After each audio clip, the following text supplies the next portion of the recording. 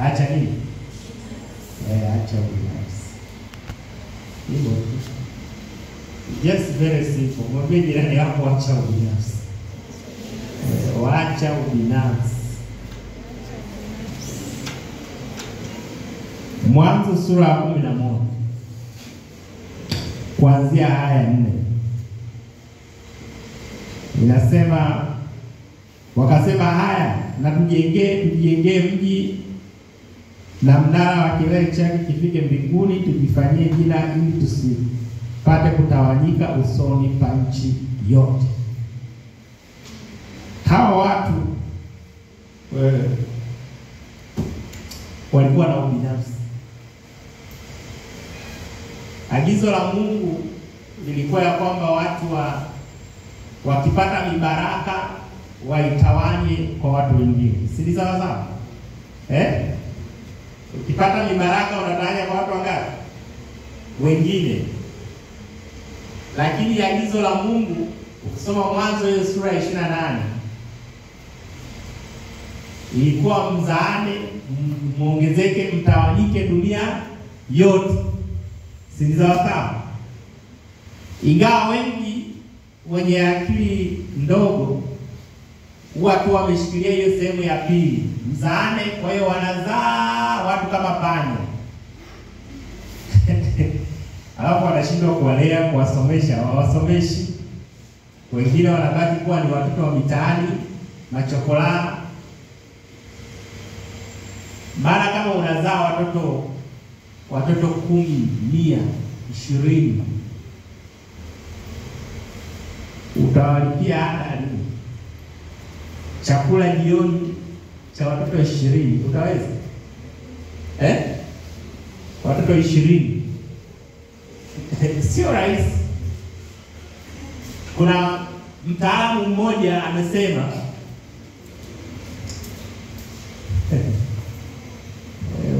sio basi ona nimechanganywa. Kuna mtaalamu mmoja amesema kumlea mtoto mmoja huyu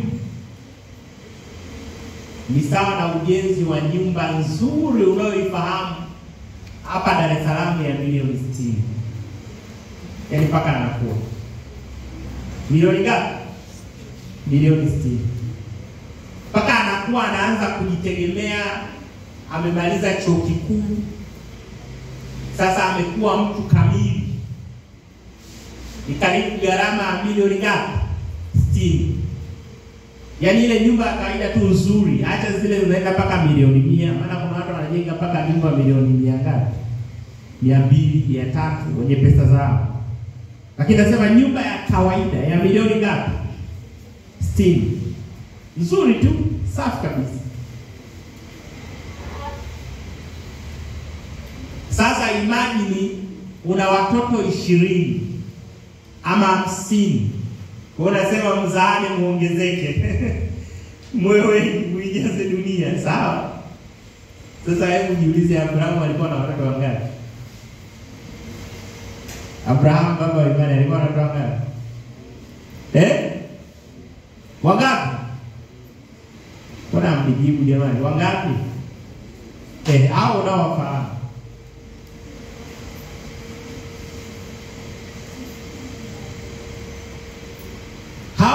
Mia walisha asubuhi chakula kizuri kabisa, mchana chakula kizuri kabisa, jioni chakula kizuri kabisa. Sio rahisi. Ndio matokeo yake utaanza kuoa wake wengi na watoto utaanza kuwalimisha mashamba. Sasa watakuwa wanakutumikia wewe. Maisha yao mangapi? Yote. Zile basic needs watazikosa. Na nadhani hilo liko sehemu kubwa ya Afrika kuliko mataifa mengine. Sasa wacha hivyo tu, lakini hawa watu walikuwa wabinafsi. Wao walijifikiria wao wenyewe. Hawakufikiria wengine. Tutengeneze mnara, ufike wapi? tujue mambo ya Mungu yalivyo kule. Wazo linaweza lilikuwa zuri sana, lakini ndani yake, maana siku hizi hata hapa duniani kuna magorofa mengi yameenda mpaka huko juu, hajafika kabisa. Lakini ndani ya hilo wazo kulikuwa na ubinafsi. Huo mpango kazi wao ulikuwa na ubinafsi, ulikuwa na kujirimbikizia mali, kuto kushare na ulimwengu. Pointi ya kwanza, kuwa baraka. Walipingana na mpango wa kuwa baraka to the world. Hawakutaka kuwa hivyo. Walitaka wale wao wafaidike wao wenyewe. Kwa hivyo Mungu hakukubaliana na mpango huu. He didn't accept this plan. Ni sawa leo na mataifa ya magharibi. Naomba mfikirie vizuri. Mataifa ya magharibi, mimi naweza kusema yana ubinafsi mkubwa sana. Yana ubinafsi mkubwa. Ubinafsi mkubwa sana. Kwanza walikuja kutukolonize, kututawala, wakatuwekea niliwaambia siku moja, nyie someni tu mmalize bila msiache shule. Wakatuwekea system ya elimu miaka 7, sasa hivi imeondolewa ni miaka 6. Elimu ya msingi, elimu ya sekondari miaka ngapi? 4. Elimu ya high school miaka ngapi? 2. Alafu ina option ya kufeli. Lakini wao hawana option za kufeli. Wao kufeli from 4, from 6. Usipopata msaada mzuri wa kimawazo mzuri na watu wa karibu, utajiona leo umefeli maisha.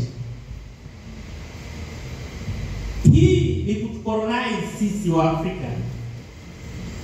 Tusitumie akili na rasilimali tulizonazo. Huko anatuambia tusome sana. Wao wanatumia elimu ya vitendo. Wakatukolonize, wakachukua madini yetu, wakachukua sehemu nzuri za asili,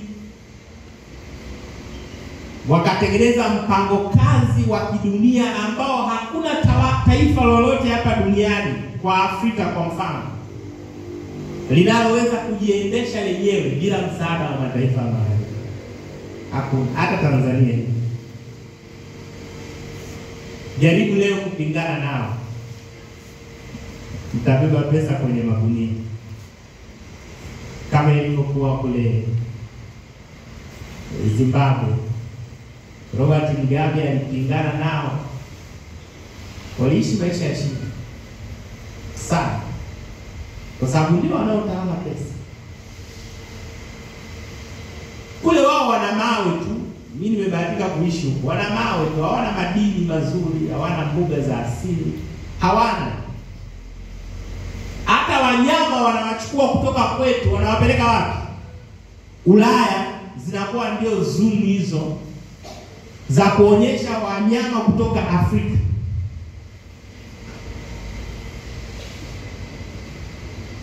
Wao ni wazuri kutengeneza majumba ya starehe na kila kitu, lakini madini, viumbe vya asili vya kuvutia, vitu vizuri vinatoka Afrika. Vyakula vizuri vya asili vizuri vinatoka Afrika.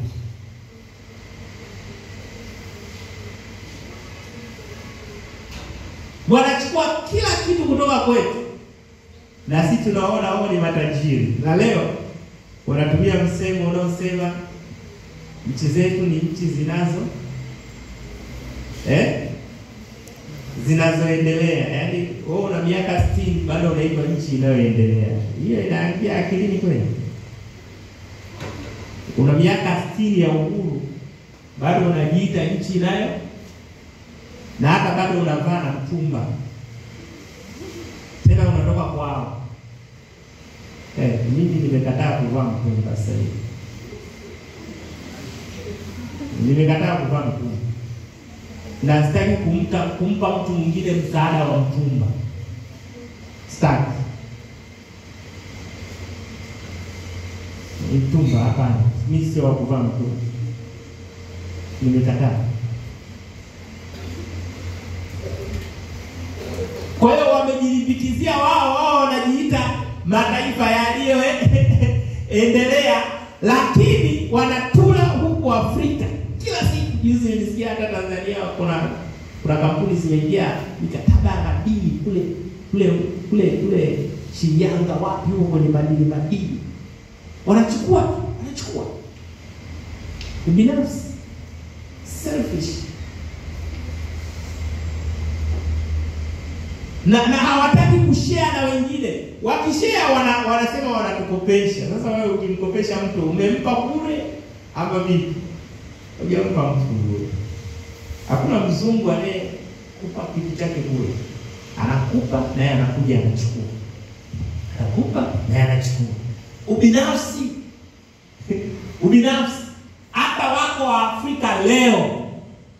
Muafrika leo nyie wengine mnawafahamu. Tena wengine ni ndugu zenu. Leo hii amejilimbikizia mautajiri. Hata ukienda kumwomba, mjomba nisaidie basi hata kidogo ya semester moja. Nilihudhuria msiba mmoja hivi karibuni mahali fulani. Yaani yule mzee alikuwa anaumwa. Hakuonekana hata ndugu yake hata huyu mmoja. Hata kutoa senti ya matibabu, ni mtoto wake tu ndio alikuwa anahangaika. Lakini siku ya msiba wakaanza kuleta na budget. Wanasema ya kwamba tunataka tuusafirishe huu msiba uende huko kaskazini Mara huko. Maana alifariki ni Mkuria. Wale ndugu akasema hivi nyinyi. Tena siku hiyo walikuja na magari kabisa mengi. Nasema jamani, baba yetu alikuwa anaumwa hapa. Amelazwa huko mpaka amefariki, hamjai kuonekana hata kuleta hata senti. Lakini leo eti tunataka kugharamia msiba usafiri. Nasema hamna. Hata baba yetu alisema ya kwamba Yesu akija hata Dar es Salaam atamchukua tu. Kwa hiyo asikwe wapi? Ubinafsi. Leo unaweza ukawa na kitu kizuri hapa. Una akili nzuri tu. Lakini kumsaidia mwenzako afanikiwe hapa mlipo nyinyi hapa ni ngumu. Kuna mtu hapa anajua vizuri anatomy and physiology vizuri, imekaa yeye hapataki shida kusoma. Lakini kumsaidia mwenzake ni ngumu. Kuna mtu hapa ana uwezo kabisa wa kwenda kuhamasisha wazazi wake. Waseme ngoja nikamwambie tu amsaidie rafiki yangu mmoja alipia ada ya shule kwa semester moja. Lakini kwake hiyo ni ngumu sana. Nasema mimi nitajulikana. Ubinafsi. Tena ubinafsi una kiburi cha uzima. Hawa Babeli hao wanatengeneza mnara kwenda huko, wanaitwa ndio mnara wa Babeli. Walikuwa na ubinafsi. Hawakutaka kushare baraka na wengine.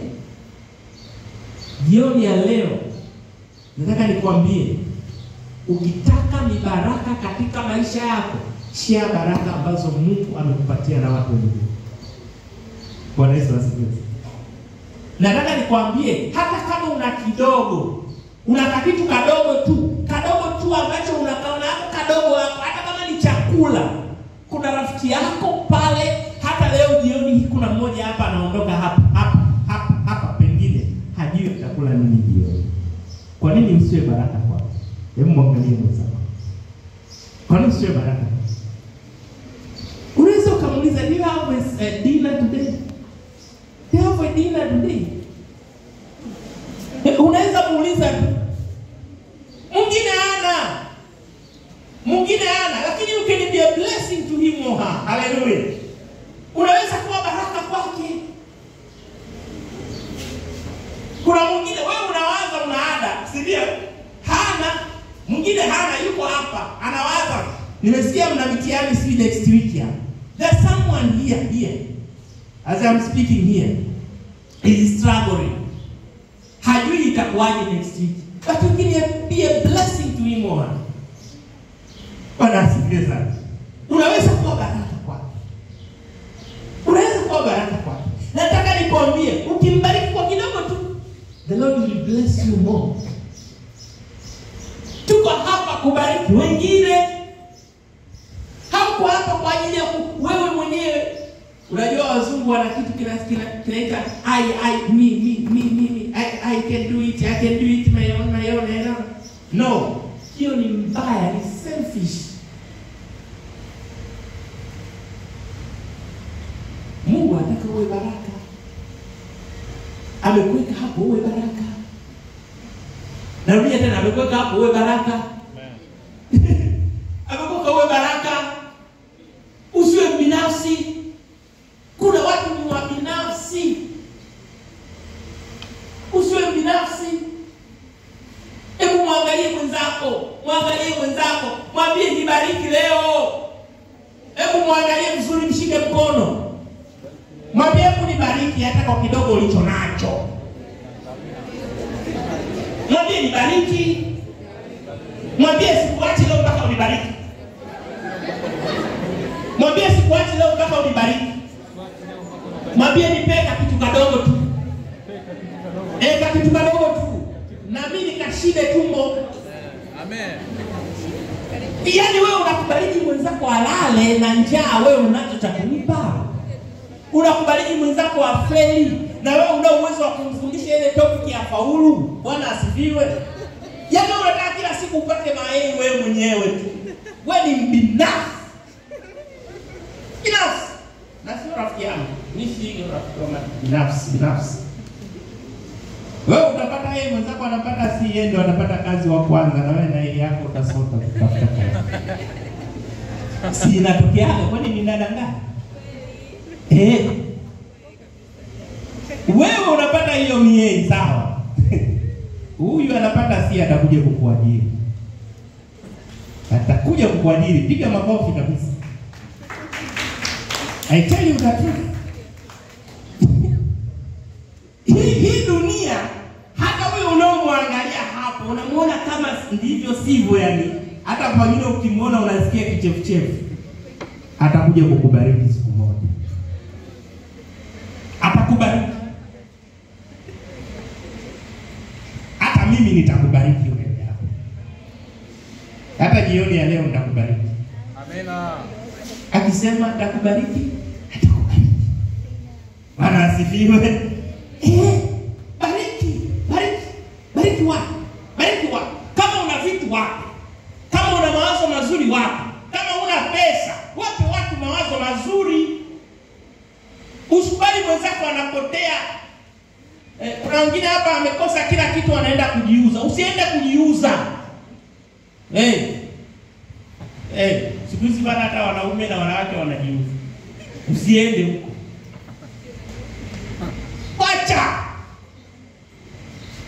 Wacha. Just be a blessing to others. Bwana asifiwe sana. Wacha ubinafsi. Wacha ubinafsi. Umebarikiwa, una akili nzuri, wasaidie wale ambao wana uwezo mdogo darasani. Umebarikiwa, una vya ziada, wewe una ujui asubuhi wewe unakula tu, mchana unakula tu, jioni unakula tu, weekend unatumiwa mamilioni ya hela. Si ni sawa? Lakini kuna mwingine atumiwi hizo. Uongo ni kweli? Kama wewe dada yangu amesema kabisa kweli. Tambariki mmoja leo jioni. Bwana asifiwe sana. Wacha ubinafsi. Mimi napenda watu wanaobariki wengine. The Bible says the more you give, the more you receive.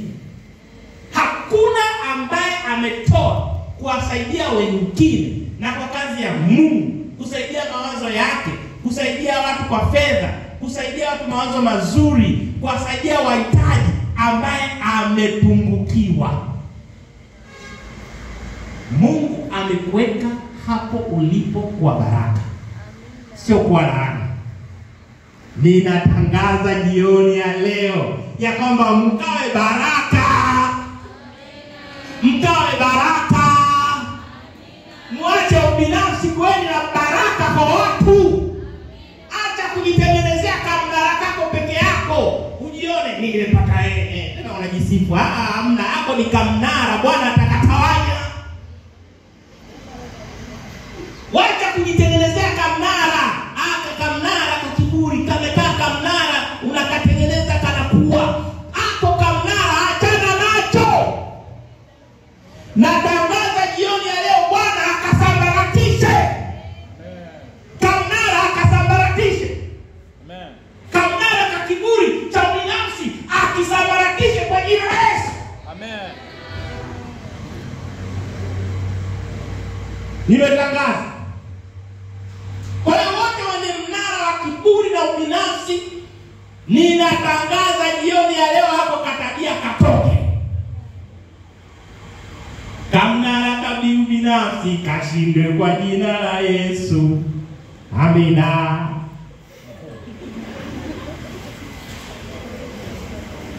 Mwambie nipe 5 basi kama umenielewa.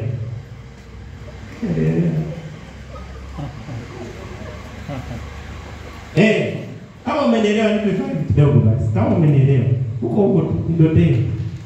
Good. Kwa baraka.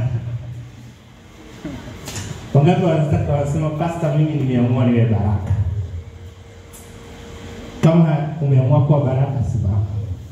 Simama hivi. Alafu njoo hapa nikuombe. Nataka niombe watu wanaotaka kuwa baraka. Njoo hapa mbele nikuombe. Njoo tu hapa mbele. Umeamua wewe kuwa baraka, kuwabariki wanafunzi wenzako, kuwabariki marafiki, kuwabariki nani, njoo hapa mbele. Just come forward. Umeamua kushinda ubinafsi, umeamua kuwa baraka. Just come here. Njoo mbele.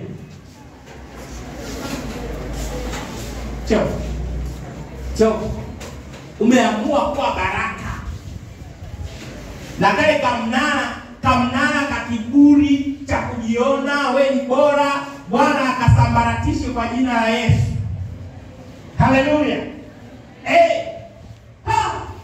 Basi simama sawa tu. Simama wote tu. Mimi nataka nione wanafunzi wa Excellent College wakiwa baraka kuanzia hapa ndani kwa usi wenyewe na majirani na watu wote duniani. Maana mimi ninaona in the next 5 years after you completing your study here, you are going to be a blessing to the world. I'm seeing some professional doctors here. Hallelujah. International one. I am seeing some international pharmacists from here, Excellent College. Billionaires I'm seeing here. The people who are going to be a blessing to the world. Not the selfish people. People are going to bless others with the materials, with the houses, to bless the needs. They are going to come from here, Excellent College. Hallelujah. Yes. Ni wewe, sio mwingine. Sema ni mimi. Sema ni mimi. Kama amewabariki wengine na wewe atakubariki. Lakini kanuni, wacha ubinafsi. Ikemee roho ya ubinafsi. Saidia marafiki zako. Bwana asifiwe sana. You never know. One day mtakutana kule UNHCR. Ama lile shirika la afya wanaitana. WHO. You never know. This world is just a cycle. Bwana asifiwe sana. Alafu mnashika mikono mnasema sisi tulikuwa mbali. Tulikuwa mahali fulani. Tumeamua kuwa baraka kwa dunia. Na mimi leo nilikuwa nawaombea. Na kila siku huwa ninawaombea ninyi wote. Pamoja na kwamba leo na juzi afya yangu imekuwa kabovu, lakini nimekuwa nawaombea. Na kila siku nawaombea. Tena hata utake nisikuombee ama nikuombee, wewe kama utaki nikuombee ndio unamuombeaga zaidi.